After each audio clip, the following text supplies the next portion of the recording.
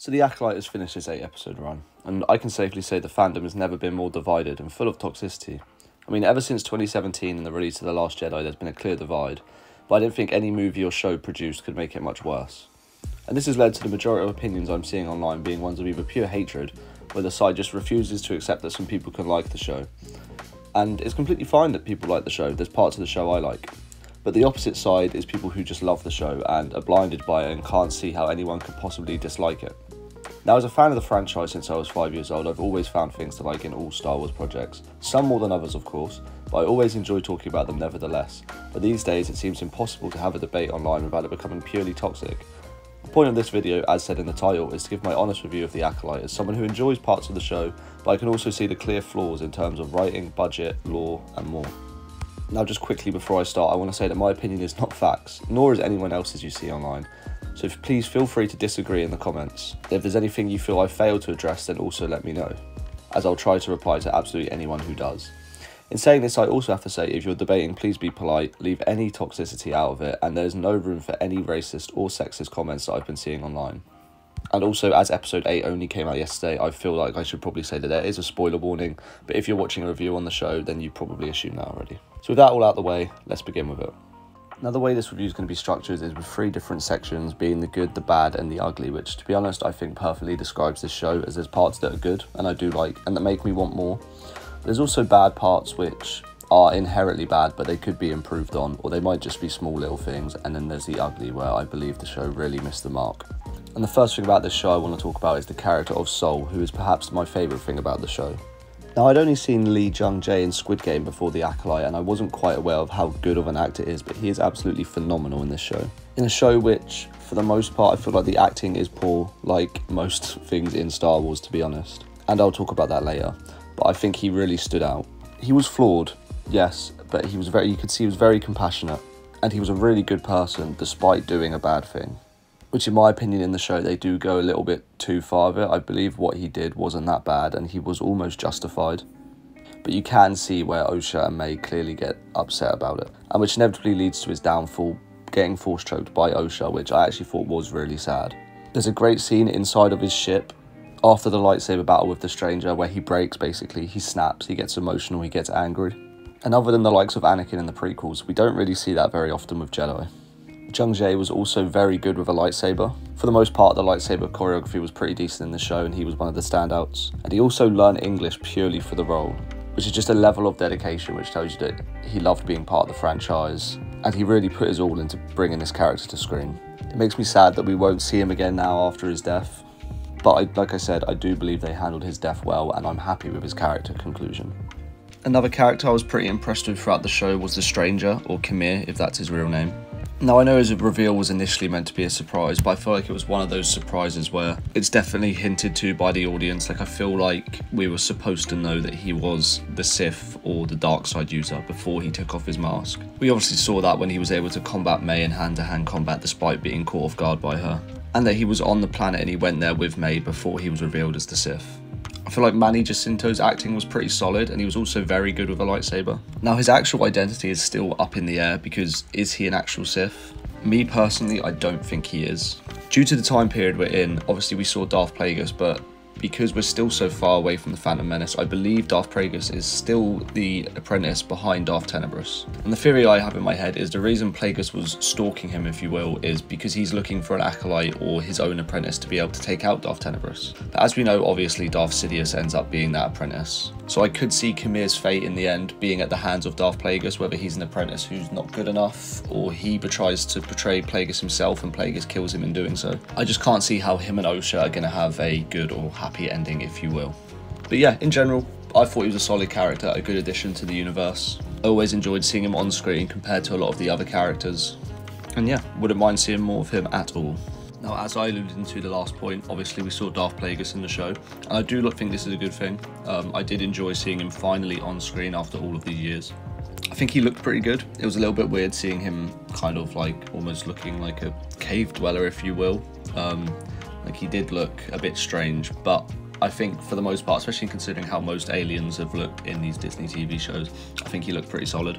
Obviously, I'd love to see more. I just don't know if I trust the Acolyte writers to handle it well. I'm nervous about it because of how good the Darth Plagueis novel is, and that story we already have on his origin and Darth Tenebrous and a young Palpatine.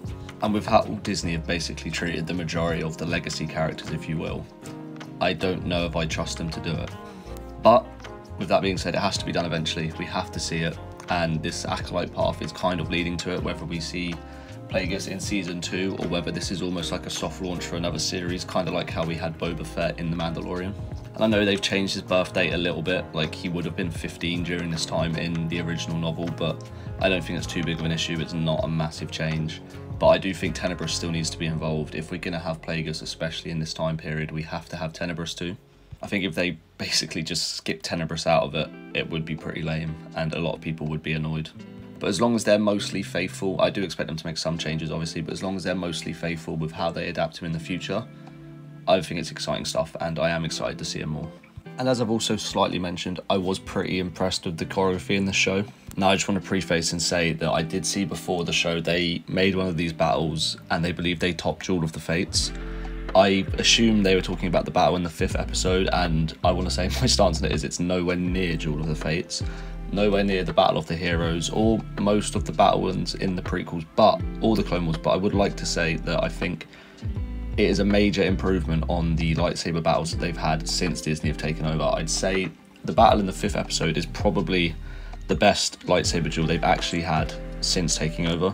So they're obviously making improvements, like it looks miles better than the battles they did in the sequels. Then I also want to say that the battle they had in episode 7 with Sol vs Kalnaka I thought looked really poor. I thought they looked like they were just fighting with baseball bats. But I had a lot of issues with episode 7, which I will get into.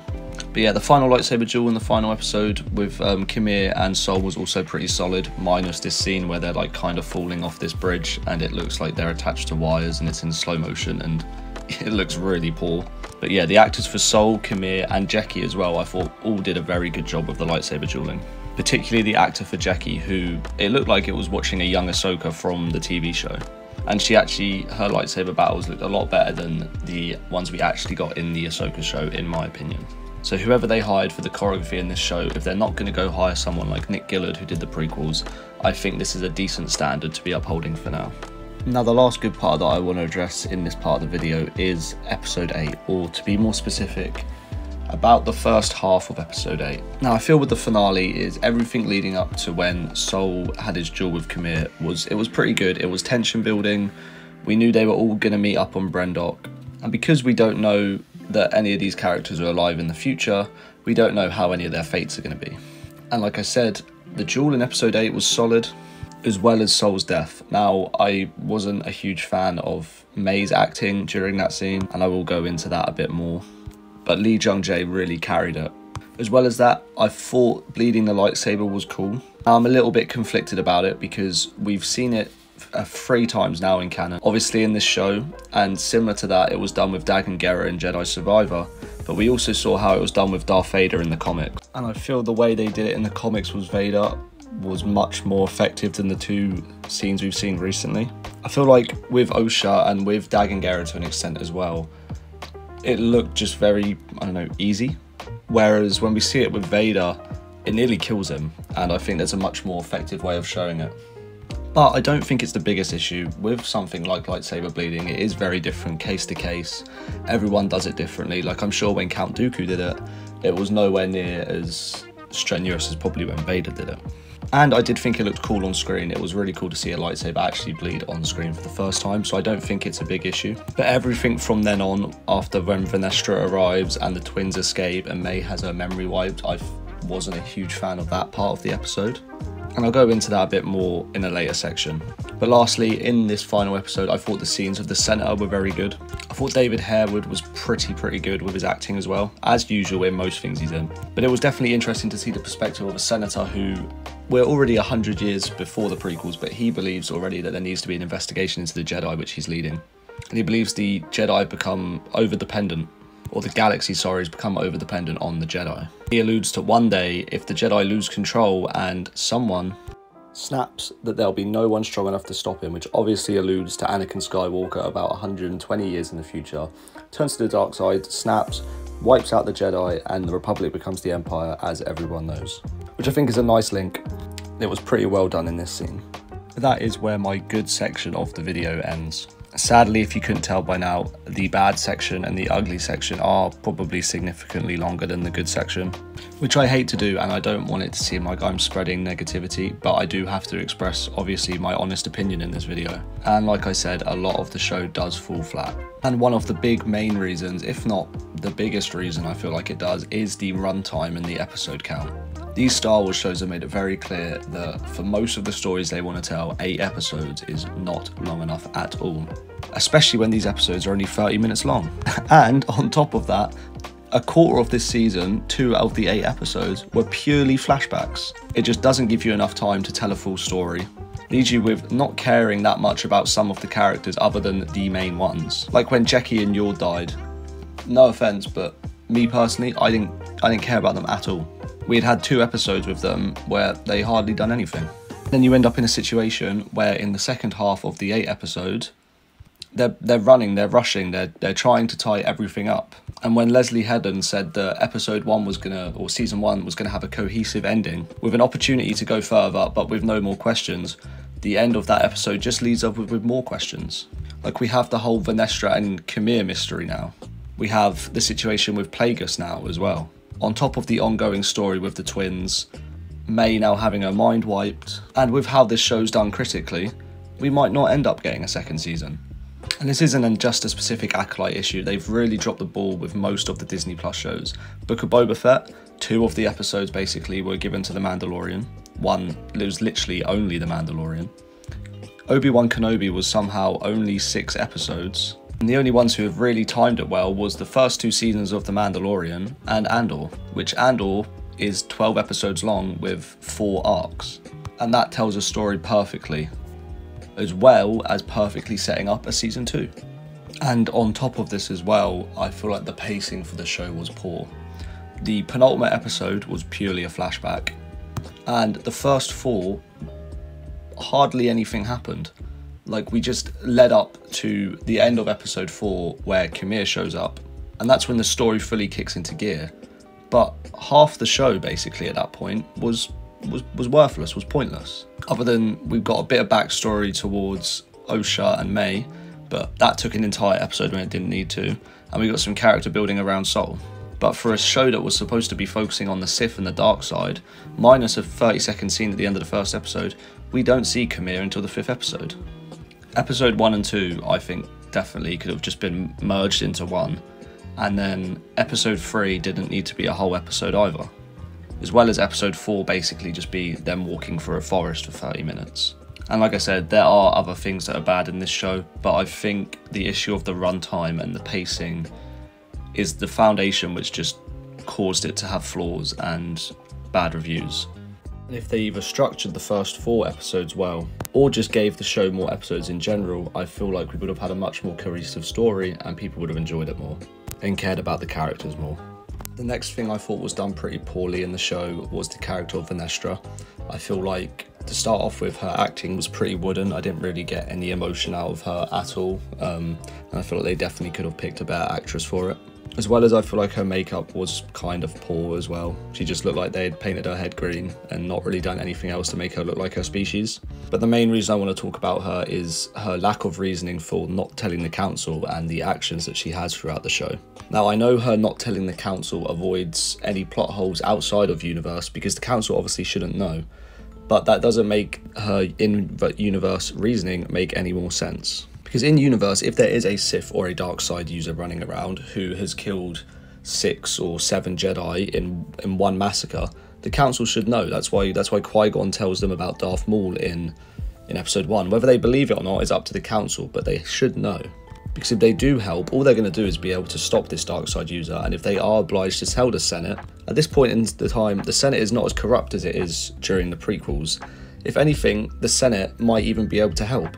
You know, they might be able to start some kind of investigation into who this Sith is. And yes, it may not look great on the Jedi, but it's not a deal breaker to all of a sudden, oh, the Jedi are evil just because there's a Darksider running around. To the Senate's knowledge, this Darksider might not even be an ex-Jedi. It could just be someone from the Outer Rim or the Unknown Regions who's learned how to use the dark side. It doesn't all add up, I don't think, and I feel like it's just their way of not creating another plot hole. I also feel like it doesn't make sense that Vernestra is the representative for the council.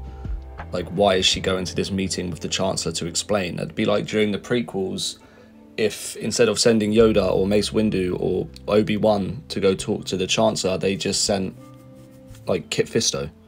They don't do that. The only exception is Anakin, really, but that's because Anakin has a close relationship with the Chancellor. We have no knowledge of Vernestra having a relationship with this Chancellor or these senators. And building off of that point, I do want to talk about the inclusion of Yoda in the show, and as well as the lack of inclusion of everyone else on the council.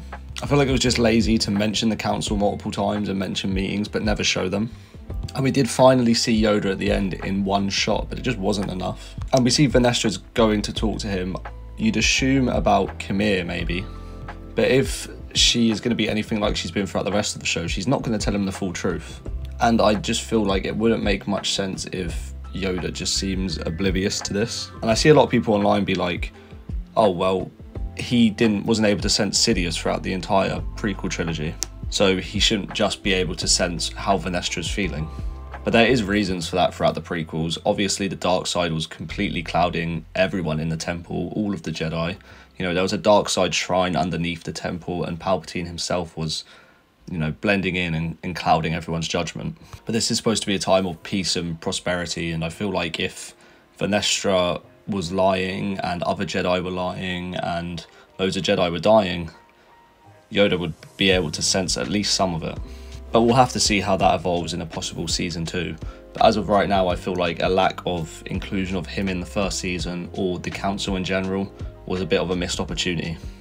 Now, the next two characters I want to talk about are Kelnaka and Torbin, and more specifically, the reasoning or poor reasoning to why they were both in solitude. Now, by start of Kelnaka, we obviously see during the episode 7 flashback that he was possessed by the witches and that he uses his claws to attack Torbin's face. And since then, we've been given the reasoning that the reason he was in solitude is because he became known as a Mad Claw, which is when Wookiees basically aren't allowed to use their claws in battle. But the way I look at it is, Kelnaka was completely possessed. He had no control over what he was doing. So yes, his body, if you will, used his claws to attack Torbin's face, but no part of Kelnaka did that, nor wanted to do that. So I feel like it's a pretty poor reason because, like I said, it wasn't Kelnaka doing that. Kelnaka had no control over his body, so I feel like it doesn't make sense that he went off into solitude, to be honest with you. And I feel like with Torbin, it's even worse. Now, we see in episode 7, Torbin was obsessed with just wanting to go back home to Coruscant, but we also see that they'd only been on this mission for 7 weeks, and I feel like, I don't know, 7 weeks is not a long time, not enough of a time to be able to run off and cause this entire crisis to happen. If a Jedi can't hold on an outpost, not even by himself, for 7 weeks, then he shouldn't be a Jedi. You know, he was a Padawan, but he was clearly probably 17, 18 years old. If he was that weak-minded, he shouldn't have been a Jedi past the stage of being a youngling. I just think it's a poor reason to why he did it. And not only that, when the action actually started and the crisis happened, Torbin did nothing wrong. Sol was the one that killed the mother, Kelnaka was the one that was possessed, Indara was the one which we assume killed all of the other witches when she got into their mind. But the witches were already planning to fight back, and the witches were the ones that started the aggression when the mother turned into a big black smoke, basically. What was Sol supposed to do there? Like, it very looks like she's about to attack or she's about to possess May or something like that. So I don't think it's his fault for doing that, and I also think that it just backs up the fact that Torbin's reasoning for committing suicide just don't make much sense. And we also find out that when he's in this stage in present day, when he's, you know, meditating and floating there, he's a master at this point. So clearly he didn't go straight into this state of meditation right after the event, because he would have gone from a Padawan to a knight to a master and then chose to do it. It just doesn't add up to why he would continue to be a Jedi and then all of a sudden one day be like, oh, I'm suicidal, I'm gonna meditate, basically, until May ends up showing up and giving him the poison, then he kills himself. I just feel like when we saw episode 2, when he drank the poison, everyone was like, oh my god, what did he do? It must have been terrible if he's got so much guilt to want to kill himself. And then when we saw it in episode 7, it was like, really? Like, that was it? Just like most of the things in episode 7, I feel like it didn't really have a big payoff for this big mystery that we were supposed to have. Now, the last topic I want to talk about in the bad category, or I more sees this as a missed opportunity, is the actual time period of the show. Now, we'd been building up for having a live action show or movie in the High Republic for a good few years now after the book and the comic run, and seeing bits of it in Jedi Survivor. And I feel like they just didn't use it enough. We only see a few shots of the Jedi Temple, and they look mostly the same. The only difference we really see with the Jedi is, for some reason, their lightsaber hilts are really fat, and they're wearing white and golden robes. But other than that, we only see like 2 or 3 scenes of the Senate, which they did look different, they did look good. But why did it take until the last episode, and why did we only see a couple minutes worth of scenes of them? They could have shown off so much more of Coruscant or any of these different planets to the point where we'd be like, oh, we've seen this in the originals or the sequels or the prequels or Clone Wars or whatever. And now it looks so much different because, oh, we're in a different time period. If you made someone who'd just seen like the prequels and the originals watch this show, they're not going to assume this is more than 10 years before the prequels, because it just doesn't look or feel that different. It doesn't feel like it's in the High Republic to me. And I know it is only 110 years, but they still made an effort in the advertisement and everything like that to say this is the High Republic. It just doesn't feel like it to me. Like, if we had seen the entire Jedi Council, there would have been a few people we saw in there, like Yoda and Yaddle and Yarl Poof and Oppo Rancisis. But the rest of the council probably are going to be people we've never seen before, and that would do so much to kind of tell us what time period we're in if the Jedi Council is halfly unrecognisable to the one we see in the beginning of The Phantom Menace. So yeah, I don't know if that one's more of a nitpicky thing or me just having something more personal with it. And now we're into the last section, which I've labelled the ugly section. And I'm going to start this off with no other than the Ki-Adi-Mundi situation. Now, I want to make it clear that I don't think having Ki-Adi-Mundi there, like, changing his age is a huge issue. Like, he can be older, that's fine. But I think when you're writing this show and you're having a Jedi in this scene question about a potential Sith, there's absolutely no reason to make it Ki-Adi-Mundi. Like, that can just be a completely unnamed Jedi and that's fine. But the fact they chose to make it Ki-Adi-Mundi means that there's now another kind of plot hole or thin line they're dancing about where they've gotten away with it and Ki-Adi-Mundi doesn't actually know. But they created so much drama and everything like that in the community when it just wasn't necessary. Like, Ki-Adi-Mundi does not have to be there. Like, I know it makes sense that he doesn't know, because technically he doesn't know, but it's so close to the line where it's like not worth including him in the show at all, and it doesn't spark the conversation or anything. And there's a lot of things I feel like in the show that are just unnecessary, and because they're in the show, it just causes so much unrest in the fandom, basically. And like, in universe, I know, like I said, Ki-Adi-Mundi doesn't know, but surely he'd look into a bit more, surely he'd investigate. If he's a Jedi that's destined to be on the council, he's not a dumbass, you know, he's gonna surely ask Venestra more about it, especially when all of these Jedis are confirmed dead that get sent out on this mission. And he has questions about Osha and May, about like their master. Like, he asks a Padawan who doesn't know their master, so he clearly knows that there is a master out there, but does he just never question it again? Just like I said, if he just wasn't in the show and they replaced him with anyone else, it would have just avoided so much. And this just comes into the bigger issue of the writing, which it was poor to say the least in this show, and there's many different examples of it. Firstly, I'll just kind of mention what I spoke about earlier to do with like forcing stuff into episodes, or not having enough time for stuff into episodes and not giving us reasons because of obviously the episode count. But what made this even worse was the end of every episode just ended so suddenly. Like the 4th episode, for example, a massive lightsaber battle is about to start, and then they just cut it. It just doesn't make any sense to, like, if you drop this show all in one with 8 episodes and you're supposed to binge it, then you can have episodes end like that. But when it's weekly, it's not even a good cliffhanger. It's trying to make a cliffhanger for the sake of it, and it just falls flat every single time. But this bad writing, I feel like, is mostly visible in like character motivations, specifically May. In the first flashback episode, May goes from loving Osha and wanting to do everything with Osha to just suddenly, she just literally goes, oh, I want to kill Osha. And as well as the acting is terrible in that scene, it's like, where did this come from? It makes no sense. And then she goes on to completely change her mind again in the fourth episode, where she's still so set on killing Kelnaka and then killing Sol, you'd imagine, and becoming the Sith apprentice. And because she's like, oh, Osha's alive, this changes everything. Now I don't want to be a Sith and I'm going to turn myself into the Jedi. But they never explain how Osha being alive changes everything. And why would she want to turn herself into the Jedi when she had made it very clear that she doesn't trust the Jedi, she wants to kill the Jedi and have nothing to do with them? The mother also changes her mind about 4 different times without any explanation in the flashback episodes.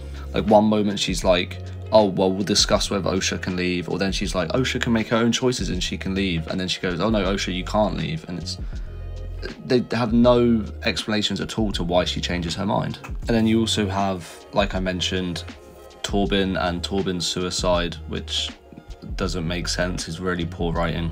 And the Kanaka thing that I mentioned as well, we don't get any explanation of why using his claws is bad in universe. You have to go and listen to an interview that Leslie Headland has done afterwards, which barely anyone's going to do. You have the constant avoidance of telling the council just for the sake of it, with no real reasoning. And then they explain later on that the twins are supposed to be the same person, which leads to many a contradiction, because Sol apparently has this random connection with Osha, but if they're the same person, why does he not have it with May? And then he goes on to get them confused as well in the same scene, so it just doesn't make sense to how he's supposed to have this magical connection with one, but then just doesn't with the other, despite them technically being the same person apparently.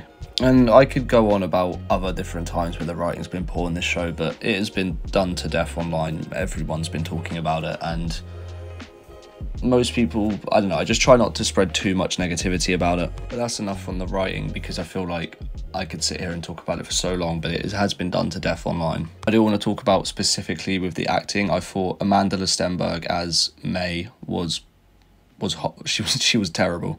I didn't mind her so much as Osha, other than I feel like the scene when she was force choking Sol, didn't really see that much emotion in her face. But I thought she was, other than that, for the most part, she was pretty good as Osha. But every scene with May pretty much I thought was just pretty poor. There were so many cringeworthy scenes, and yeah, I think it just fell flat completely with May. And they managed to have separate actors for the smaller versions or the younger versions of May and Osha. And I feel like they should have just done the same with the older versions. You can have some similar actors, or twins grow and they do look different. You could have a different haircut or something. But yeah, I just felt like she fell flat playing May completely.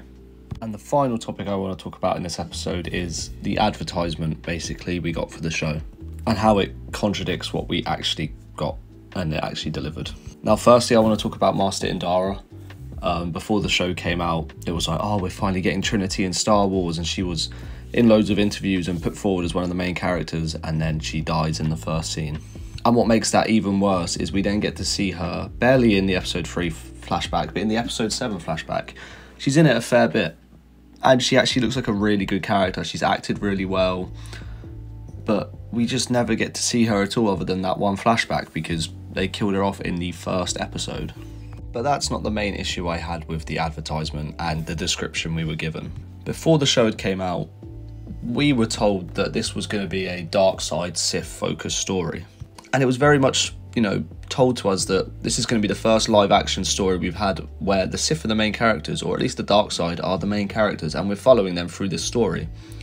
Yet, we don't see them until basically episode 5. And even then, the whole time, he's almost taking a back seat. We see him manipulate Osha a little bit, but Osha doesn't fall to the dark side until the final episode either. The show is basically about Sol and this massacre on Brendok, and we barely follow the dark side characters at all. And even the dark side character we do follow in Khmer, it isn't made clear to us whether he's a Sith or not. The only Sith we get in the show is that little cameo of Darth Plagueis. And yeah, even the art that we were shown for the show at the start and the initial logo, you know, it was red with a lightsaber coming through it. It was very much, you know, Sith vibes, and they changed it at some point to the Eclipse, and I don't know if there was any major rewrites behind the scene, or they changed the plot, or they changed who was leading it, but it just didn't feel like it was the show we were promised when they first announced it all those years ago. And season 2, if it ever happens, might be different. It probably will be focusing with Camille and Osha now she's turned to the dark side, and perhaps with that Plagueis cameo, or if that Plagueis cameo is a soft launch for a whole nother series that's going to be dark side led. But right now, we don't know, and it just felt like we were completely false advertised to begin with. And it's sad because preparing to write this video, I watched quite a few videos from a lot of big YouTubers who now, obviously the show's come out, have shown that they're not a huge fan of it. And a lot of videos when it announced and it was supposed to be the Sith-led show, they were saying, you know, how excited they were for it and how out of all the shows coming out, this is the one that they're all the most excited for. And as the show got closer and closer to release and more details came out and the trailer came out and obviously the actual show came out, it was just sad to see how much the excitement died down and that people just weren't interested in it anymore. And I feel like they really dropped the ball, where if they just made a show about the Sith being Plagueis or Tenebrous at this time, or even some just dark side characters who we're following as the main characters, I feel like the show would have just been received a lot better. And that final point concludes my review of The Acolyte. Like I said in the beginning, there are parts of the show I do like, but sadly it is weighed down by the parts I didn't. But in saying that, I would look forward to a season 2, as there's some decent groundwork and I feel there's some potential with Camille and Plagueis, but I would like to see a different team of writers behind it.